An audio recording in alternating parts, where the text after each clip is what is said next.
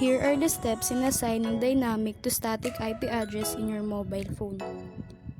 First, you need to access the setting in your phone. Step 2. Select Wi-Fi or WLAN. Step 3. Select the network details. Step 4. Select IP settings.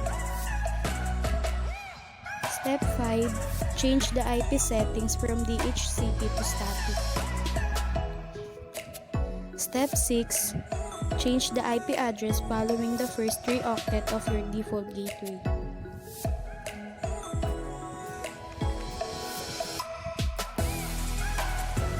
Step 7. Select OK. Step 8.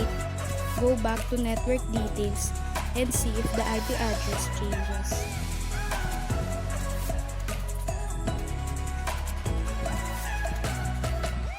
Now, the steps in assigning static to dynamic IP address. You need to apply the steps from 1 to 4 in assigning dynamic to static IP address. First, access the setting in your phone. Step 2, select Wi-Fi or WLAN. Step 3, select the network details. Step 4, select IP settings.